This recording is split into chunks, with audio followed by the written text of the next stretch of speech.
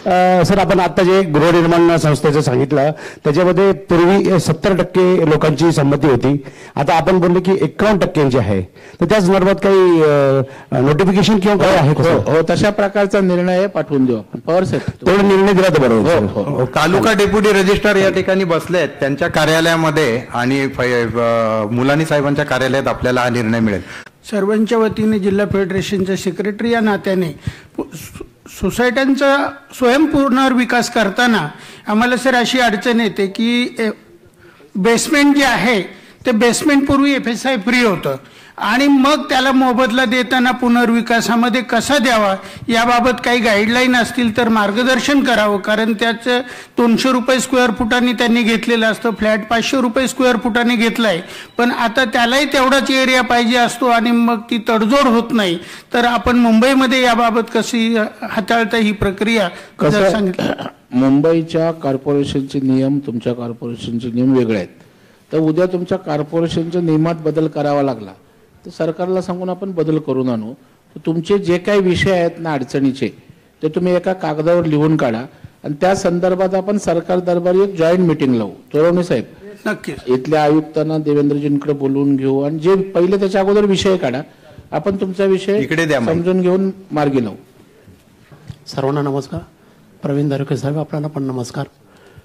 मी असं विचारत होतो की सेल्फ डेव्हलपमेंट करण्यासाठी जे काही पैसे लागतील ते जर आपण दुसऱ्या संस्थेने जर दिले आणि बिल्डर जसं रिडेव्हलपमेंट करताना जास्त फ्लॅट बांधून त्याचा झालेला खर्च काढतो, नफा मिळवतो, तशाच प्रकारे त्याच प्रिन्सिपलवरती सोसायटीने जर स्वतःचं डेव्हलपमेंट केलं आणि जो येणारा बांधकामाचा खर्च आहे तो जर तेवढे 2 फ्लॅट 4 फ्लॅट जास्त बांधून जर विकलून ते पैसे बँकेला एक रकमी दिले तर ते चालू शकतात का, असं मला विचार. चालू शकतात, पण त्याच्यात काही चार्जेस बँक घेते, कारण तुम्हाला पैसे तेवढे आपण डिप्लॉय केलेले असतात, राखून ठेवलेले असतात. नॉमिनल कोट चार्जेस घेऊन घेतात एक रकमी घेतले तरी.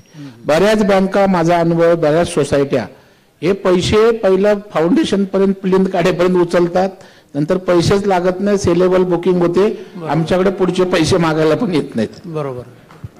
सर, माझा प्रश्न असा आहे की जेव्हा पुनर्विकास होतो तर इमारत किती वर्ष जुनी असली पाहिजे? 20 वर्ष. आपण 15 वर्ष करायची मागणी करतोय, कारण कसं आहे, उद्या 10 वर्षाची केली तर याचा अर्थ बांधलेल्या ती निकृष्ट बांधकाम आहे. त्याच्यामुळे त्याला आता 20 वर्ष आपले आहेत, 20 वर्षाची. आणि सर, मध्येच काम सुरू असताना एखाद्या सभासदांनी म्हणजे सोसायटीच्याच स्टे ऑर्डर आणला तर बांधकाम पूर्ण म्हणजे होणार नाही, त्याव देताचं काय होईल का? आता हे बघा, तुम्हाला स्टे द्यायला कारण तसं असेल तर आता एखादा स्टे उगाच नाही देणार ना, तशी काही इश्यू असेल, पण असं कुठे झालेलं नाहीये.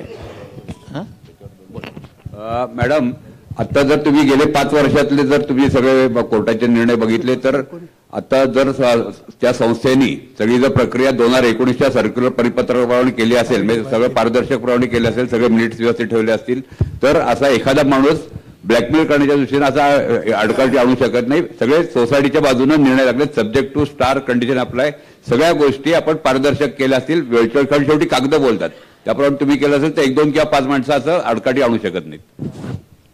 हा बोला. हा सर, नमस्कार.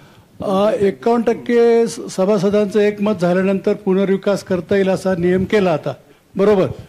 तर बाकी राहिलेले निम्मे लोक जवळपास त्या सभासदांनी सांगितलं की आम्हाला भागच घ्यायचा नाही, तर मग त्यांना आणि आम्हाला आमचं मग त्यांचा भाग घ्यायचा नाही, तर मग त्यांच्या जागेबद्दल त्यांनी काही मार्केटप्रमाणे पैसे मागितले की आमच्या फ्लॅटची इतकी किंमत देऊन टाका, ती कोणी द्यायची?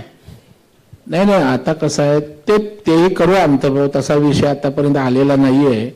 कारण सोसायटी असा एखादाच माथी फिरू असेल की त्याचा फायदा होतोय समजून मला नको म्हणून, त्याच्यामुळे तसं जर असेल तर सोसायटी जर सक्षम असेल किंवा त्यांच्या प्रकल्पामध्ये जर ऍडिशनल प्रोजेक्ट कॉस्टमध्ये केले की 4 लोक विकून जायला मागतायत तर 4 लोकांचे ऍडिशनल पैसे द्यायची व्यवस्था आपण करू शकतो. पण मग त्यांच्या ठिकाणी दुसरे मेंबर घेतले जातील का? मग हो, अर्थात ना, त्याच्याशिवाय मग ते पैसे फिजिबिलिटी व्हायला तुम्हाला शेवटी काय मग तेच शंका होती, पैसे घ्यावेच लागणार ना. हो सर, थँक्यू सर.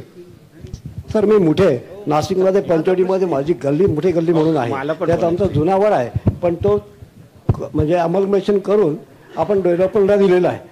डेव्हलपमेंटला दिल्यानंतर डेव्हलपमेंटसाठी एकदा प्लॅन सँक्शन झाल्यानंतर त्यात काही पुढे प्रॉब्लेम यायला पाहिजे का कॉर्पोरेशनकडून? मला कळला नाही प्रश्न जरा. जुना वाडा आहे.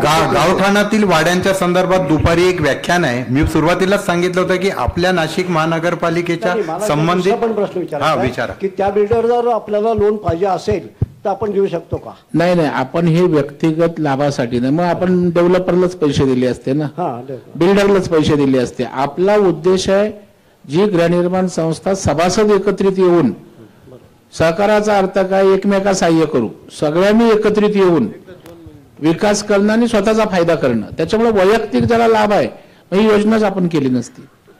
एकच प्रश्न असा विचारायचा होता की सोसायटी तयार आहे रिडेव्हलपमेंटसाठी, फक्त स्वयंअर्थ जर फायनान्स आम्हाला जर अपेक्षित आहे तर त्या संदर्भामध्ये कशी प्रोसिजर असेल आणि काय करावं लागेल?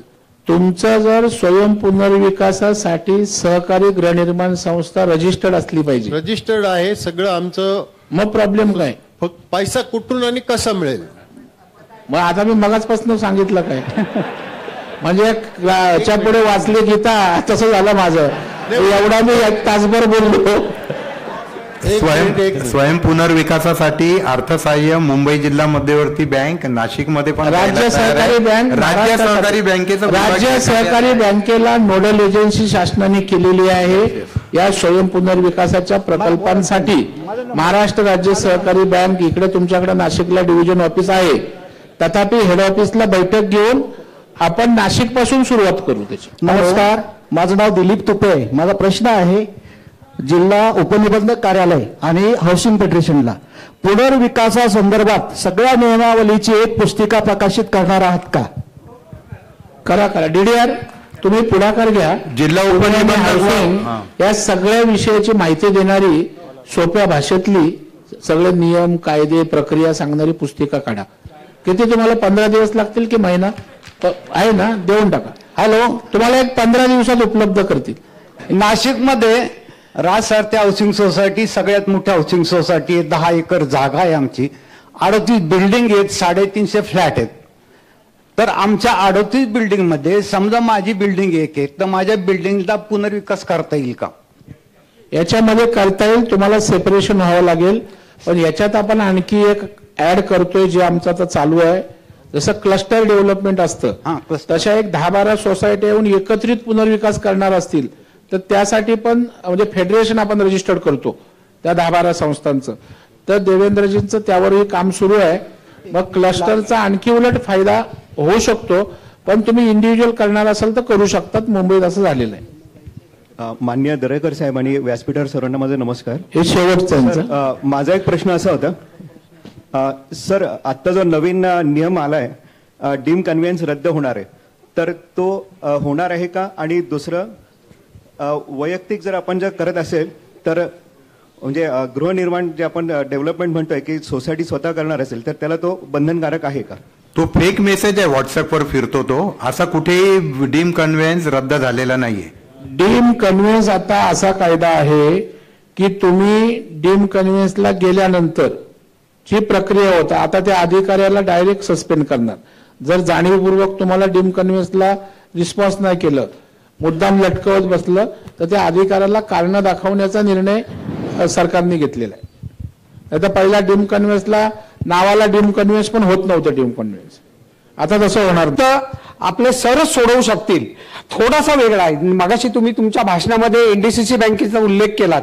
त्या एनडीसीसी बँकेत आज कोऑपरेटिव्ह हाऊसिंग सोसायटीचे बरेच पैसे अडकलेले आहेत तिथे. तर त्यासाठी तुम्ही काही जर मदत करू शकलात तर आमच्या सगळ्यांच्या वतीने आम्ही तुम्हाला रिक्वेस्ट करतो की काही करा. आपण त्या संदर्भात बैठक नक्की घ्यायला लावेन. कसं होतं, पैसे ते बँकच बुडलेली आहे त्यांनी. सरकारने अशा राज्यात वर्धा बँक आहे, बुलढाणा बँक आहे, त्या बँकांना बॅकअप दिलं पण ते छोटा त्यांचं होतं. तुमचं जो काय केलं या लोकांनी ते फार मोठ्या प्रमाणावर आहे. पण तरी पण आपण आज देवेंद्रजी पण इथे आहेत.